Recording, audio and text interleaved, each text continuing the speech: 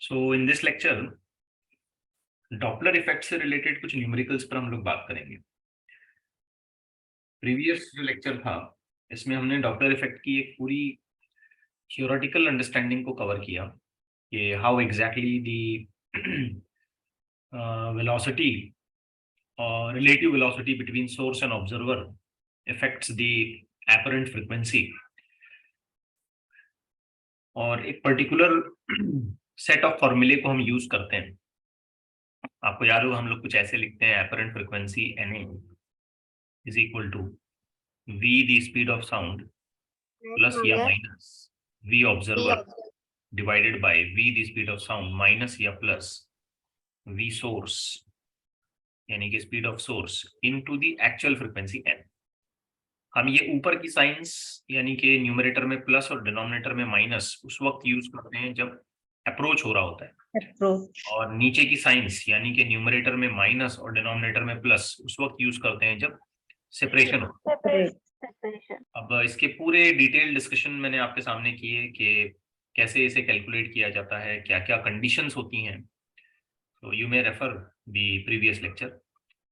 आज की क्लास में हम बिल्कुल वन बाय वन अपने सेट ऑफ इलस्ट्रेशंस पर डिस्कशन करेंगे। सो let's start with the first question. जहां जरूरी होगा वहां पर मैं पूरा कैलकुलेशन कर दूंगा, अदरवाइज इफ नीडेड तो मैं फॉर्मूला और सब्स्टिट्यूशन करके बाकी का कैलकुलेशन आपके ऊपर छोड़ दूंगा। So let's start with the first. इसमें कह रहा है कि एक स्टेशनरी सोर्स है। Now this is the very important point to understand. Stationary source मतलब सोर्स की स्पीड को हमें लेना है 0, और ये साउंड नोट निकालता है 350 हर्ट्ज की। सो हम कह सकते हैं कि ओरिजिनल जो फ्रीक्वेंसी है ये 350 हर्ट्ज है। Observer is moving in a car towards the source, तो पहले जो ऑब्जर्वर टुवर्ड्स जा रहा है, और टुवर्ड्स जाते हुए ये ऑब्जर्वर मेजर करता है 370 हर्ट्ज। ठीक है, तो एपरेंट जो फ्रीक्वेंसी मेजर हुई ये मेजर हुई 370 हर्ट्ज। पहले इतनी बात को सॉर्ट आउट कर लेते हैं और सबसे पहले ये निकालते हैं कि ऑब्जर्वर की स्पीड कितनी है। So we have the formula NA is equal to V, towards जा रहा है इसलिए plus V observer divided by V source की वेलोसिटी तो 0 है, इनटू ओरिजिनल फ्रीक्वेंसी n। तो this goes 370 is equal to speed of sound यहाँ दे रखा है 340, so that is 340 plus V naught हमें निकालना है divided by 340 into 350। Got the calculation right? Yes. So this will get cancel, this will get cancel, ये multiply हो जाएगा इधर, तो आप ऐसे लिखोगे 340 plus V naught is equal to, ये 34 से मल्टीप्लाई होगा और फिर 35 से डिवाइड होगा। Getting the point? Yes. So this will look like 37 multiplied by 340 divided by 35। जरा इसे सॉल्व करिए, बताइए क्या आता है। 340 plus V naught is equal to, get this answer right, 359.4. 359. 69. Okay, so 59. 359.4 you are saying, ठीक है। So V naught will now become equal to 359.4 minus 340। तो माइनस करके बताइए कि स्पीड कितनी है।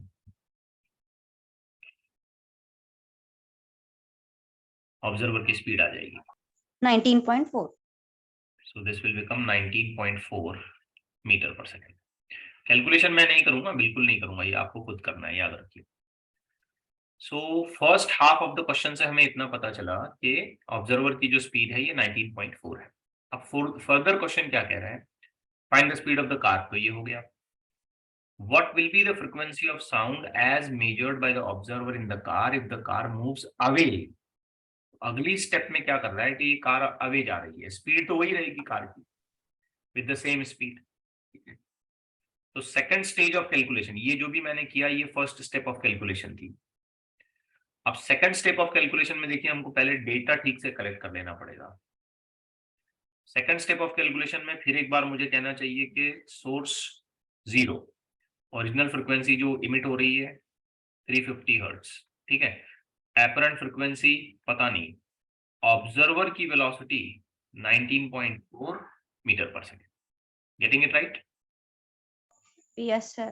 और moving away, this is very important, moving away second step में। तो आप मुझे बताइए फॉर्मूला क्या लिखना चाहिए ऐसी V condition? minus V0 by V. Equal to, very good, V minus VO divided by V into N।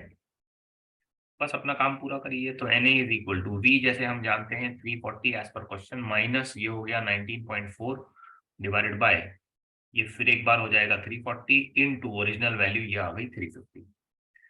तो ये जीरो काट दो, ठीक है, कैलकुलेशन पूरा करते हैं। So Na is equal to 340 minus 19 कितना हुआ? 19.4। चलिए बताइए जल्दी जल्दी।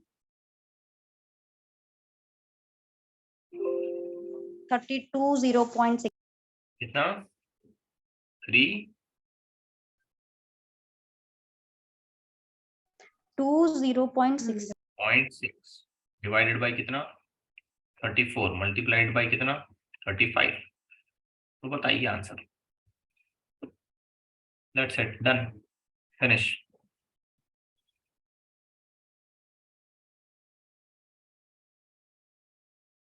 यस, 330.02. 30.02. Yes. 330, ठीक है, 330 ले लेते हैं हर्ट्स। तो एक बात नोटिस करने की है कि एक्चुअल फ्रीक्वेंसी 350 है, मूविंग अवे, ठीक है, रिसीडिंग बोलेंगे इसको, दूर जा रहा है, तो 330 हो गई, फ्रीक्वेंसी कम हुई। और अप्रोच जब कर रहा था तो ये 350 370 सुनाई दिया। So this is just a question to revise the whole situation. आ गया समझ में ठीक से कैसे किया? Yes, sir. ओके। एक और बड़ा ही आसानी से सॉर्ट आउट होने वाला क्वेश्चन देखते हैं।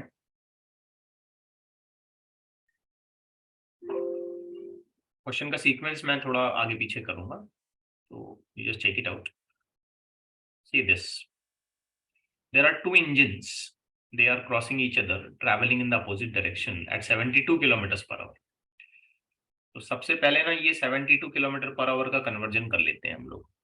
72 किलोमीटर पर आवर हो गया 72 Into 5 by 8. 5 by 18, 18 into 4, 72 हो गया कटने के बाद, यानी कि ये आंसर आएगा 20 मीटर पर सेकंड। तो ये 18 कटेगा, ये 72 कटेगा, 4 मल्टीप्लाई हुआ 20। One engine sounds a whistle of frequency 1088 cycles पर सेकंड। इसका मतलब ये होता है कि हर्ट्स, ठीक है, साइकिल्स पर सेकंड, सीपीएस, साइकिल्स पर सेकंड। तो ये हर्ट्स ही है, मतलब ओरिजिनल फ्रीक्वेंसी जो निकल रही है ये 1088 हर्ट्स है। चलिए, what are the frequencies as heard by the observer on the other engine before and after crossing? Cross करने से पहले और क्रॉस करने के बाद, ठीक है। और स्पीड ऑफ साउंड जैसे कि हमें यहाँ ये कह रहा है कि सजेस्ट कर रहा है 340 मीटर पर सेकंड। तो एक डायग्राम अगर मैं आपको बना के बताऊं कि ये पहला इंजन है मान लीजिए, और ये दूसरा इंजन है मान लीजिए, अब ये इधर चल रहा है, ये इधर चल रहा है, ठीक है, और दोनों की जो स्पीड है ये 20 मीटर पर सेकंड ईच, ठीक है। इन दोनों में से क्या होगा, एक इंजन विसिल करेगा तो वो सोर्स बनेगा, और दूसरा इंजन सुनेगा, वहां पर बैठा हुआ कोई ऑब्जर्वर रहेगा तो वो सुनेगा, तो दूसरा इंजन ऑब्जर्वर की तरह ट्रीट होगा।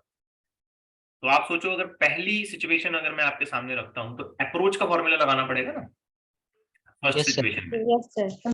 ठीक है। तो पहली सिचुएशन में अगर मैं ऐसे सॉल्व करता हूं तो एपरेंट फ्रीक्वेंसी कुछ ऐसी आएगी, V plus V source divide by V minus V observer into N। तो अगर मैं ठीक ठीक तरीके से सॉल्व करने लग जाऊं तो ये हो गया 340 प्लस 20 डिवाइडेड बाय 340 माइनस 20, समझ रहे हो ना बात को, इंटू 1088। करेक्ट हो गई बात? Yes, sir. ठीक। अब 340 प्लस 20 कितना हो गया? 360, 360, 320, यानी कि 320. एपरेंट फ्रीक्वेंसी का कैलकुलेशन हो गया 360 डिवाइडेड बाय 320 इंटू 1088. अब ये 0 0 काट दो, डिवीजन पूरा करो, आपका आंसर आपको मिल जाएगा. तो ये जो हुआ ना, ये अप्रोच की सिचुएशन में हुआ. अब सेकंड सिचुएशन जो होगी वो सेपरेशन की होगी, यानी कि आप कह सकते हो moving away.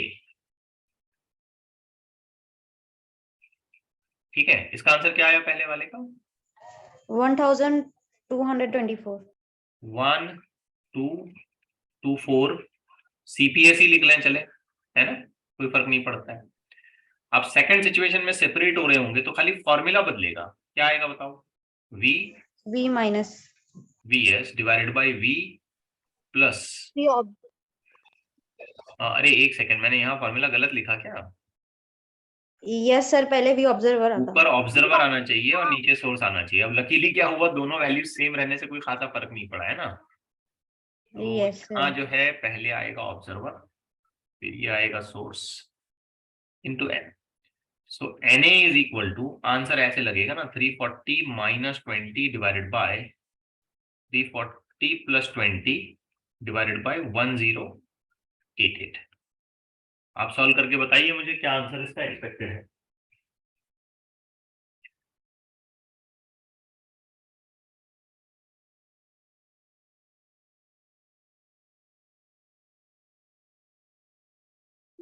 Nine six 7.1. So it is suggested 967 CPS. तो देखने वाली बात है कि पहले फ्रीक्वेंसी बढ़ गई फिर बाद में घटी. तो ये बिल्कुल थियरी पेपर के हिसाब से क्वेश्चंस थे, कोई खास बात नहीं थी इसमें. We just need to apply a proper formula. हो गया सबका? ये ठीक से लिखा? Yes sir.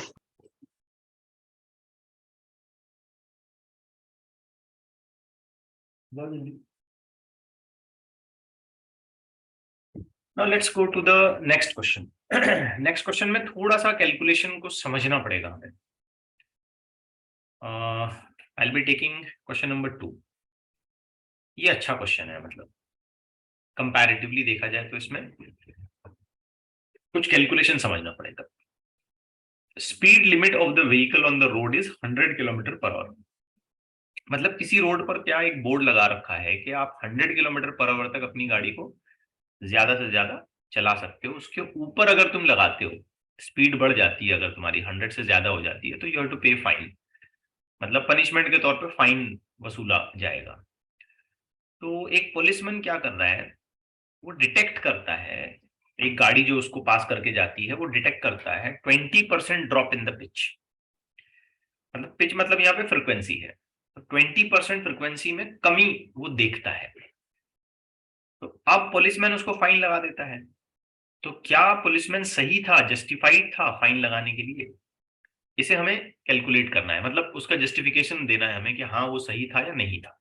क्या उसका कंक्लूजन बनेगा, ये बताना है. ठीक है, तो सबसे पहले ना मैं लिमिटिंग स्पीड को चेक करता हूं. इसे मैं कहता हूं V लिमिट. लिमिटिंग स्पीड कितनी है? 100 किलोमीटर पर आवर. ठीक है, तो 100 किलोमीटर पर आवर का कन्वर्जन हम लोग कर लेते हैं.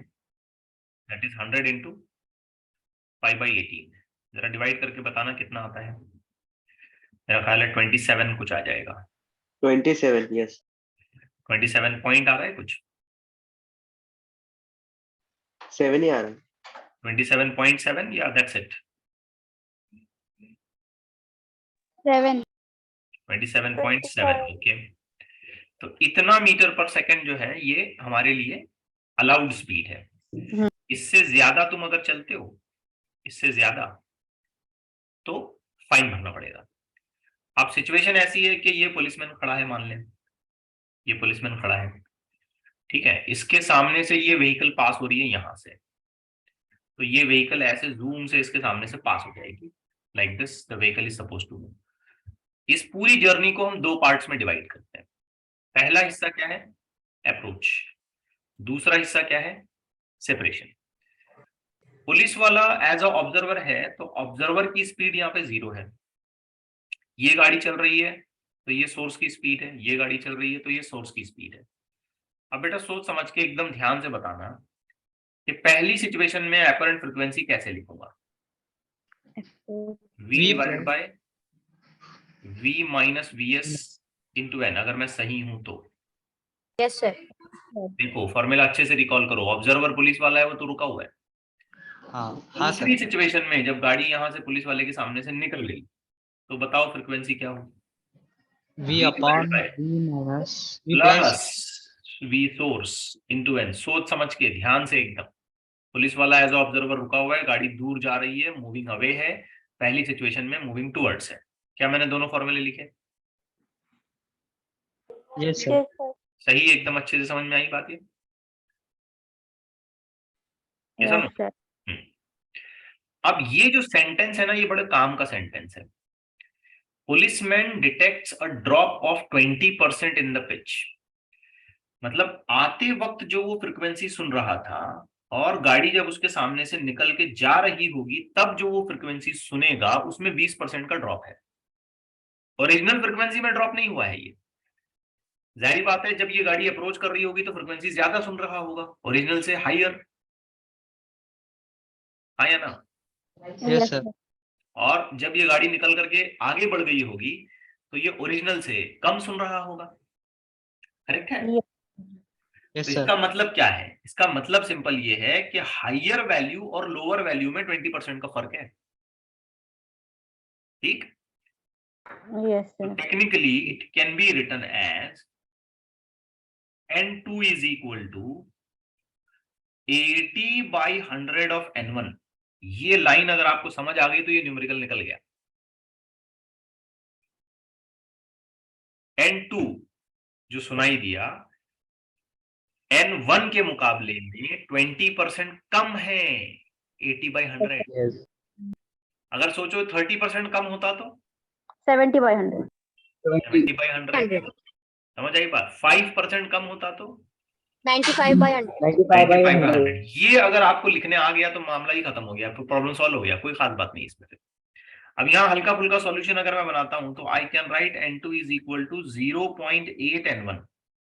ये एक पहली बात क्लियर हुई, n2 is equal to 0.8 n1। अब दूसरी बात जो यहाँ आ रही है उसे नोटिस करें। ये जो इक्वेशन हमने बनाई इधर और ये जो इक्वेशन हमने बनाई इधर, इन दोनों का रेशियो ले लेते हैं। So if I take a ratio of n1 divided by n2, just take a ratio, n से कैंसिल हो जाएगा। जब मैं रेशियो लूंगा तो n से कैंसिल आउट हो जाएगा, v से कैंसिल आउट हो जाएगा। और अगर मैं गलत नहीं लिख रहा हूं, आप ठीक से चीजों को समझ रहे हैं, तो मुझे ऐसे लिखना पड़ेगा v minus vs divided by v plus vs। Correct है? n1 के लिए ये चीज डिनोमिनेटर में और n2 का जो डिनोमिनेटर है वो न्यूमरेटर में चला जाएगा। Yes sir. ठीक है, बस बात खत्म हो गई, प्रॉब्लम यही निपट गया। अब n1 को बेटा जैसे है वैसे रहने देते हैं, n2 की जगह सब्स्टिट्यूट करते हैं 0.8 n1 is equal to v plus vs कर लें, यहाँ इधर कर लें v minus vs। n1 factor cancel out हो गया। ठीक है, आपको एक हल्का सा रेशो यहाँ पे मिल गया, 1 divided by 0.8 is equal to v plus vs divided by v minus vs। आप समझ रहे होंगे, आगे बस हमें क्रॉस मल्टीप्लीकेशन करना है। Yes sir. v minus vs is equal to 0.8 v plus 0.8 vs। इसको उधर उधर कर देते हैं, तो v minus 0.8 v is equal to vs plus 0.8 vs। I hope समझ पा रहे हैं। 0.2 v is equal to 1.8 vs, which means vs is equal to 0.2 divided by 1.8 into v। You just need to calculate it. तो vs is equal to 1/9 into v। अब vs का value कितना है, sorry v का value कितना है, that is the speed of sound 340। 340 यानी कि सिंपली 340 डिवाइडेड बाय 9, तो बताओ कितना हुआ? 37.7। 37.7 मीटर पर सेकेंड। मतलब जो गाड़ी चल रही थी उसकी स्पीड कितनी थी? 37.7. तो आप पुलिस वाले ने फाइन लगाया, सही किया गलत किया? गलत सर। गलत किया। अच्छा, लिमिट कितनी है? सही क्या सर? 100. 27.7 है, सही है। 27.7 है, यहाँ तक अलाउड है। Sir sorry. और Yes, ये sir. कितने से चला रहे हैं? 37.7. 37 से। तो पुलिसमैन जस्टिफाइड है ना? Yes, yes. जस्टिफाइड है, उसने सही किया, उसने गलत नहीं किया, उसने जो फाइन लगाया उस पे वो बिल्कुल सही किया। ठीक है, तो ये बड़ा अच्छा क्वेश्चन था। इस तरीके के क्वेश्चन आ सकते हैं। इसमें दो बातें आपको प्रॉपरली लिखने आनी चाहिए। एक तो ये इक्वेशन की फॉर्मेटिंग आपको समझ में आनी चाहिए कि कैसे हो रहा है। दूसरा, ये जो इक्वेशन मैंने यहाँ बनाई इसे आपको ठीक से लिखने आना चाहिए। तो बाकी क्या, डिवीजन करके सब्स्टिट्यूशन कैलकुलेशन ही था, तेजी से कर सकते हो आप। ओके है? Yes sir. एक इसी वे का, इसी तरीके का एक और क्वेश्चन करते हैं, लेकिन थोड़ा डिफरेंट अंदाज से है। देखें क्वेश्चन 3, पढ़ लें जरा ध्यान से उसे।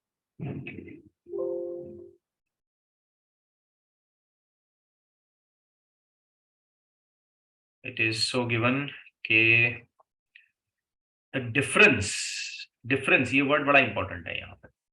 The difference between the apparent frequency of the sound during the approach and separation of the source with reference to a stationary observer is 2%. Difference बोला है, ठीक है। यहाँ जो बोला ना 20% ड्रॉप, ये ड्रॉप अलग चीज होती है, डिफरेंस अलग चीज होती है।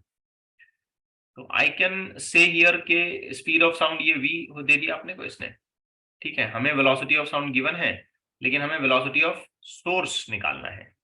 तो let me put the conditions very clearly. vs निकालना है हमें, और v हमें गिवन है 300 मीटर पर सेकेंड। तो मैं एक डायग्राम बना देता हूं यहाँ पे कि ये स्टेशनरी ऑब्जर्वर है, इसके सामने से कोई सोर्स ऑफ साउंड मूव करता हुआ निकल जाएगा। तो यहाँ से अगर ये शुरू करता है और यहाँ ये जा रहा होता है, तो यहाँ ऐसे vs दिखाना पड़ेगा और इसके आगे ये ऐसे दिखाना पड़ेगा।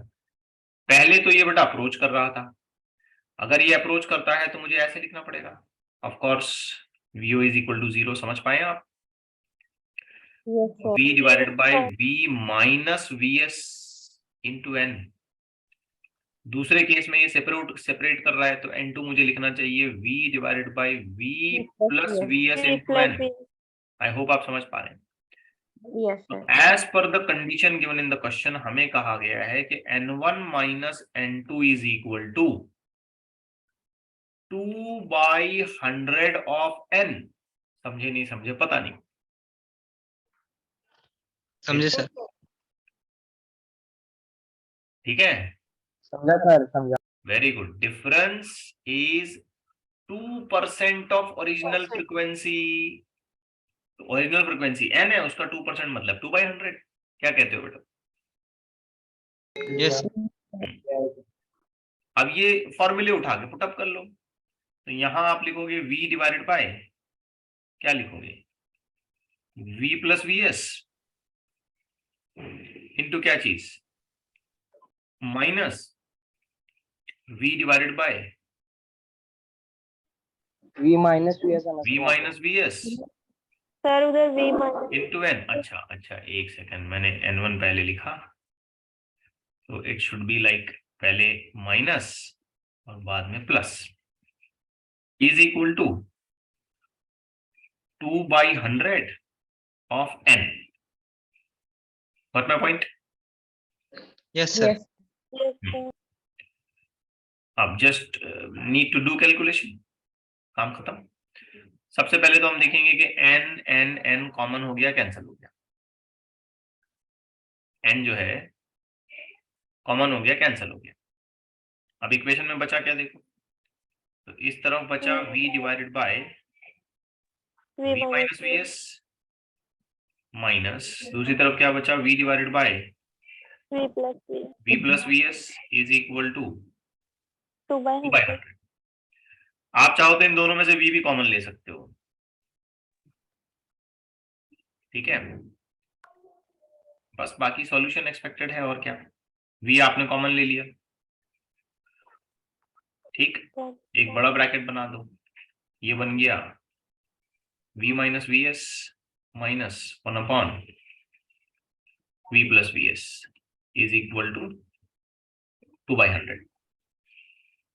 क्लियर है? Yes, sir. सॉल्व कर लें। V plus Vs minus V plus Vs divided by V minus Vs, V plus Vs 2/100। देखो समझा है नहीं समझा? Yes, sir.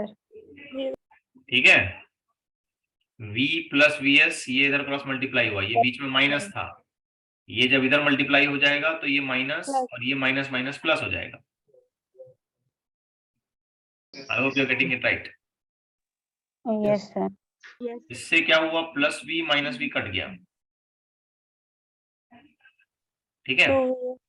Yes, sir. तो V 2 times of Vs divided by V square minus Vs का square Yes. Is equal to 2/100। I hope आप समझ पा रहे हैं कैलकुलेशन को। Yes, sir. Yes, sir. अब ये इक्वेशन मैं अगली पेज पे कैरी करता हूँ और सॉल्यूशन पूरा करते हैं। ऐसे मिला शायद हमको कुछ, V 2 times of V, correct है, V square माइनस Vs का square Times of Vs. Sir, Vs. Is equal to 2/2 Vs. Vs। अच्छा, अब जो चेंज यहाँ पे हमको मिला है ना, फ्रिक्वेंसी का जो चेंज हमको मिला है ये सिर्फ 2% का है, ओनली 2%।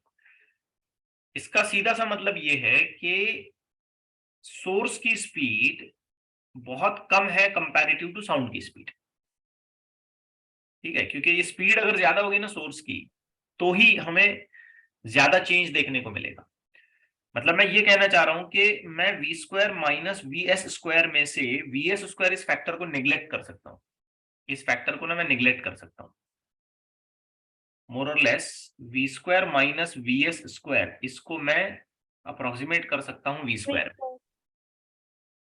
Getting it? Yes. तो फिर ये ऊपर वाली इक्वेशन क्या बनेगी, V 2 times of Vs सिर्फ V स्क्वायर 2/100, ठीक है। अब जो जो कैंसिल हो सकता है कैंसिल कर दो, जैसे ये V कट गया, ये पावर कट गई, ये 2 कट गया, ये 2 कट गया, क्या रिमेनिंग है अभी, Vs by V is equal to 1/100,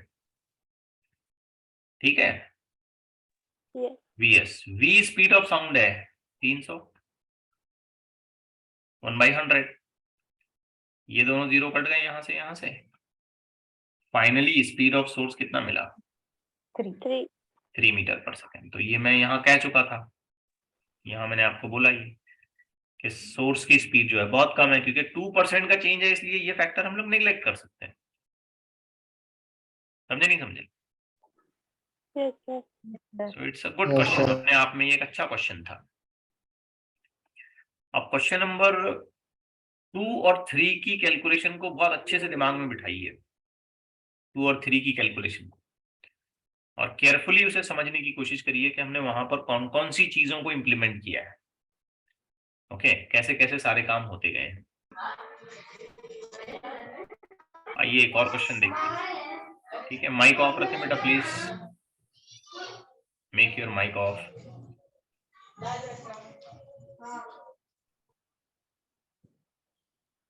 okay, now see this particular question. दोनों क्लियर हो गए ना क्वेश्चन अच्छे से? Yes, Yes, sir. Yes. Good. A traffic police sounds a whistle to stop a car। ये बड़ा ड्रामेटिक क्वेश्चन है, बड़ा जबरदस्त क्वेश्चन है, ध्यान से पढ़ना।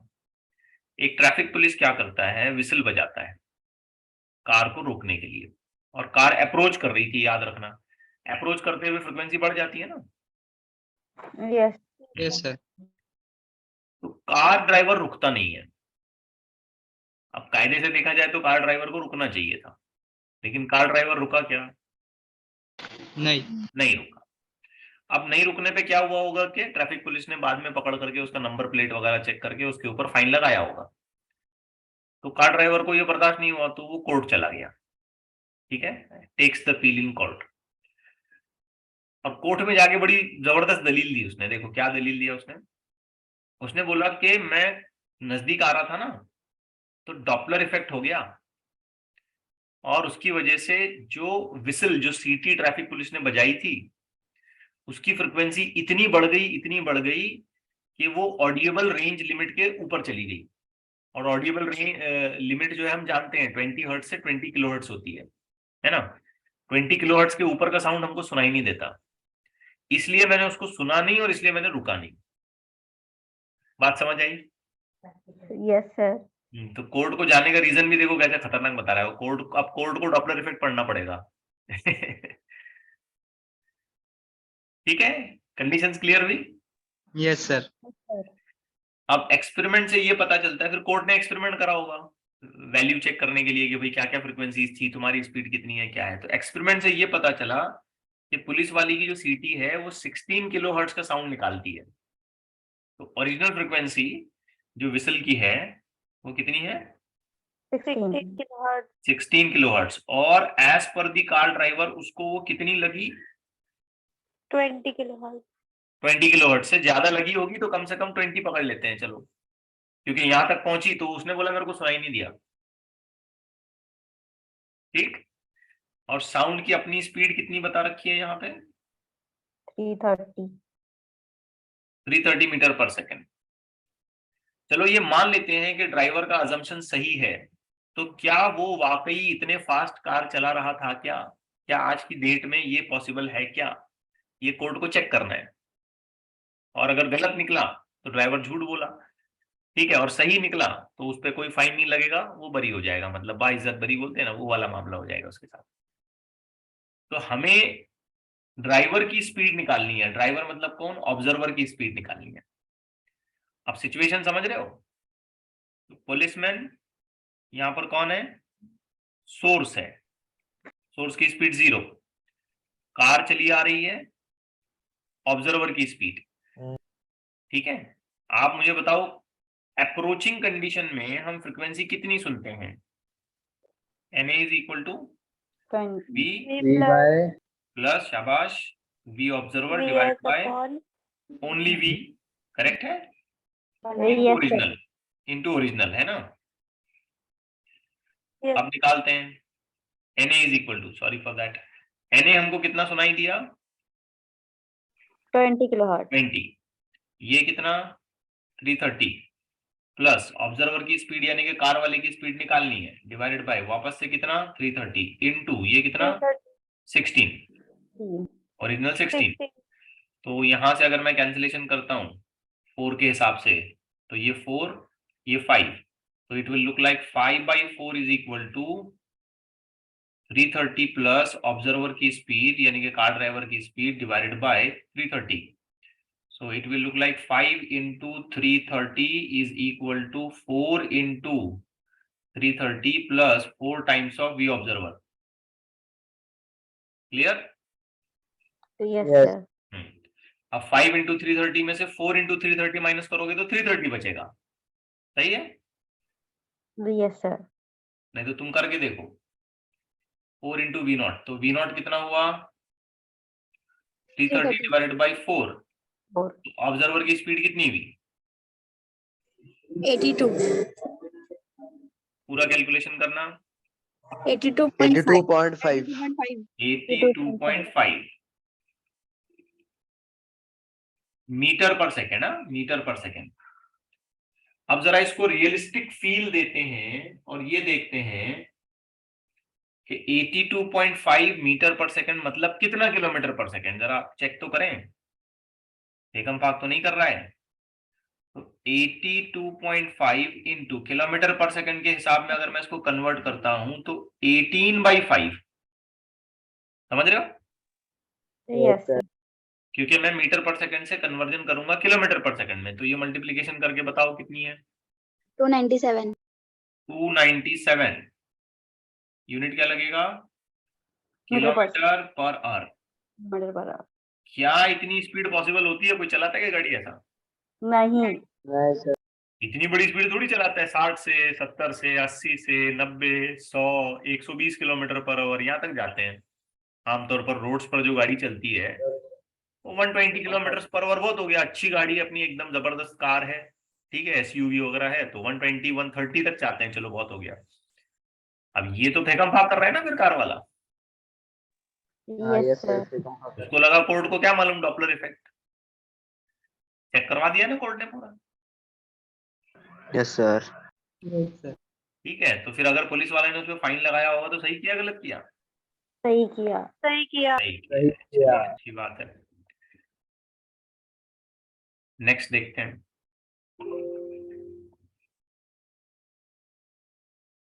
ध्यान से करना। 2 electric trains run at the same speed of 72 km per hour along the same track. अच्छा, ये क्वेश्चन थोड़े से ट्रिकी हैं। And in the same direction with a separation of 2.4 kilometers. तो दो अलग अलग ट्रेन्स हैं, ये बात पहले दिमाग में बिठा लो। ये एक ट्रेन का कोच मान लो, ये दूसरी ट्रेन का कोच, इन दोनों के बीच का जो गैप है वो कितना है? 2.4 किलोमीटर। और ये वाली ट्रेन इधर चल रही है, ये वाली भी इधर ही चल रही है। 72 किलोमीटर पर आवर का कन्वर्जन करना कितना होता है? Second. Yes, very good. So this will be 20 meter per second and this will also be 20 meter per second. The two trains simultaneously sound a brief whistle. दोनों ने जो है ना अपनी विसिल बजानी है, मतलब ये दोनों ट्रेन जो है सोर्स की तरह काम करेंगे। ये भी सोर्स है और ये भी वेलोसिटी ऑफ सोर्स की तरह काम करेगा। A person is situated at a perpendicular distance of 500 meter from the track. तो ट्रैक से 500 मीटर परपेंडिकुलरली, यानी कि पर्सन हम कह सकते हैं ट्रैक के मिडिल से। ऐसे अगर मैं बता दूं, क्वेश्चन फर्दर करोगे तो मिडिल ही बोला है, यहाँ 500 metre. Okay, in the same direction, ये पॉइंट मेरा मिस हो गया। इन द सेम डायरेक्शन मतलब ये भी ट्रेन इसी डायरेक्शन में जा रही है, ऐसे इन the same direction like this. Okay, शायद किसी ने करेक्शन अभी सजेस्ट किया था। Okay, good. हाँ, तो पर्सन 500 मीटर पे खड़ा है। अच्छा, 2.4 किलोमीटर मतलब कितना होता है? ये कितना होगा? 2400 है ना, 2400 metre, which means half of it, यानी कि यहाँ का आधा देखूंगा मैं तो 1200 मीटर, और ये बचा हुआ आधा देखूंगा तो ये भी 1200 मीटर। करेक्ट ना? Yes sir. चलो, अगर दोनों ट्रेन्स की जो विसल हैं ये 500 हर्ट्ज की हैं और स्पीड ऑफ साउंड 340 है, तो ओरिजिनल फ्रिक्वेंसी जो इमिट हो रही है ये 500 हर्ट्ज की इमिट हो रही है, और ओरिजिनल जो साउंड की स्पीड है, ओरिजिनल 340 चाहिए, ये 340 मीटर पर सेकेंड है। तो इस आदमी ने कितना सुना, ये क्वेश्चन बन रहा है। ये आदमी कितना सुनेगा? ये आदमी जो यहाँ खड़ा है ये कितना सुनेगा? ठीक, तो इन दोनों के लिए अलग अलग फ्रिक्वेंसी ये सुनेगा। पहले तो मैं इस बात को अच्छे से क्लियर कर लूं। हमें क्या करना पड़ेगा कि एक ऐसी लाइन हमें ड्रॉ करनी पड़ेगी और करस्पॉन्डिंग यहां से भी एक ऐसी लाइन ड्रॉ करनी पड़ेगी, और एक एंगल हमें यहाँ पे ढूंढना पड़ेगा थीटा, और उसी तरीके से एक एंगल यहाँ पे हमको ढूंढना पड़ेगा थीटा। आप अगर डायग्रामेटिक रिप्रेजेंटेशन प्रॉपरली देख लेते हैं तो ये 1200, ये 500, करेक्ट है? Yes, sir. है ना? तो ये वाली साइड पहले निकालते हैं। 1300, वेरी गुड। तो ये वाली साइड हो गई 1300, शाबाश, पाइथागोरस से निकलेगा, वेरी गुड। अब देखो, जो स्पीड यहाँ इसकी ऐसी डायरेक्शन में है ना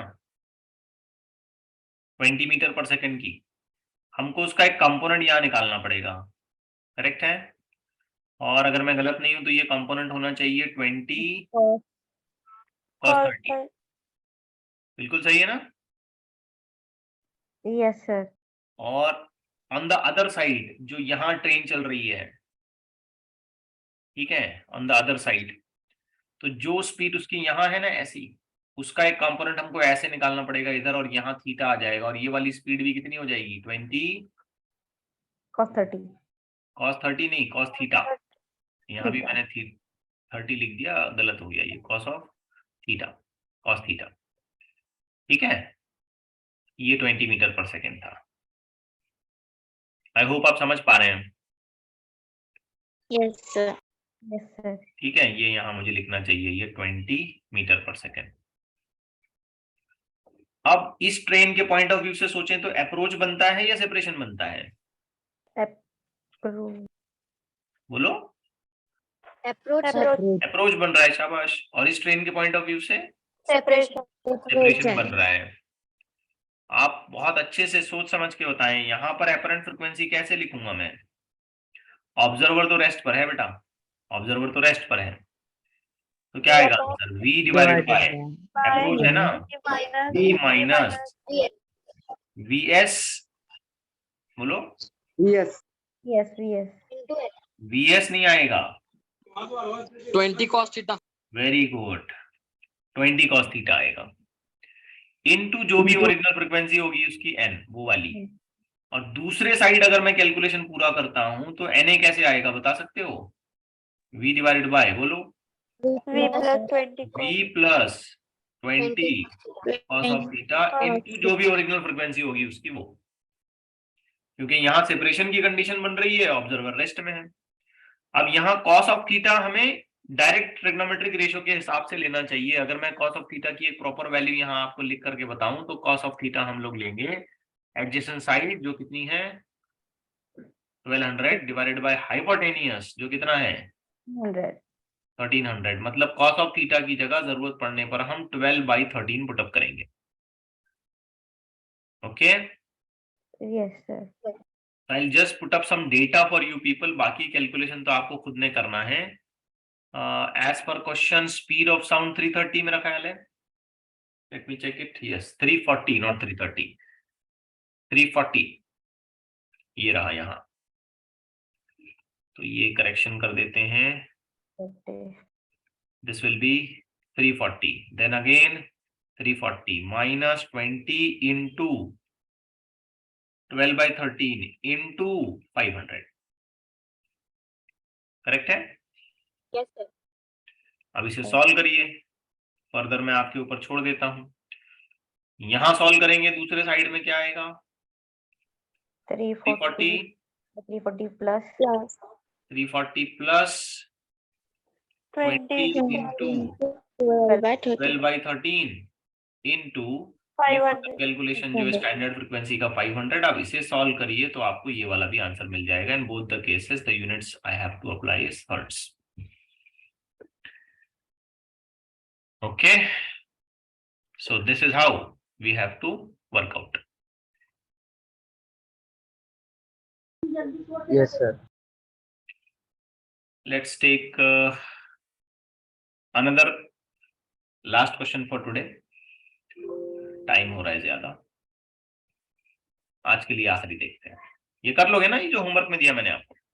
Yes, sir. Yes, sir. Okay, try करेंगे, आप अच्छे से काम करते रहना है आपने। 300 हर्ट्ज का सोर्स है, जैसे ये सोर्स है, and it is moving with 10 metre पर सेकेंड। ऑब्जर्वर 20 मीटर पर सेकेंड इधर जा रहा है, मतलब they are separating each other. Yes, ये भी sir. सेपरेट कर रहा है, ये भी सेपरेट कर रहा है। एयर की स्पीड, सॉरी साउंड की स्पीड 340 है और विंड ब्लो करती है 5 मीटर पर सेकेंड से, तो हमें एपरेंट निकालना है। अब आप क्वेश्चन को ध्यान से समझिए, यहाँ मीडियम मूव कर रहा है, करेक्ट है? Yes, sir. Yes, sir. बताइए ब्रैकेट में क्या लिखूं मैं? V plus V V wind. V Minus. Minus V wind, शाबाश, वेरी गुड। सेपरेट कर रहा है, Yes, sir. Minus V observer, separate कर रहा है ना? Yes, sir. Yes, sir. V minus V wind separate कर रहा है, Yes. Plus V source, Yes. शाबाश, बहुत अच्छे, बढ़िया। विंड की स्पीड माइनस होगी अगर विंड ऑब्जर्वर से सोर्स की तरफ जाती है, तो अगर Yes. विंड सोर्स से ऑब्जर्वर की तरफ जाती है तो प्लस होगी, बस ऐसे हाँ। याद रखा जाएगा। अप्रोच सेपरेशन का कोई लेना देना नहीं है विंड की स्पीड के लिए, बस काम खत्म। So Na is equal to let's go on putting up the numbers correctly.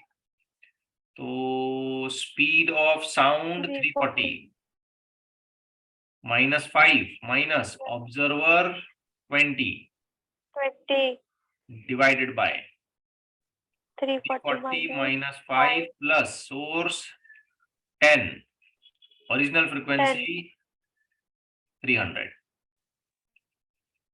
चलिए थोड़ा बहुत सिंप्लीफिकेशन करते हैं और फिर रुक जाते हैं. 340 minus 5 minus 20 कितना हुआ? 15. 365. 315. क्या करते हो? 340 minus 5 plus 10. 340. 345 into 300. NA is equal to, बता दें. 0.91 into 300. Give me a correct answer. मतलब ओवरऑल आंसर 273. 273 हर्ट्ज. 73.9. ठीक है, चलिए 273 मान लेते हैं, वट एवर द फर्दर, या 274 मान लेते हैं, राउंड ऑफ कर. 0.9 अगर आ रहा है तो Yes, sir. 274 hertz. So this is how we have to adjust things. Okay, आज के लिए इतना काफी है. अगली क्लास में आगे के न्यूमेरिकल्स देखेंगे.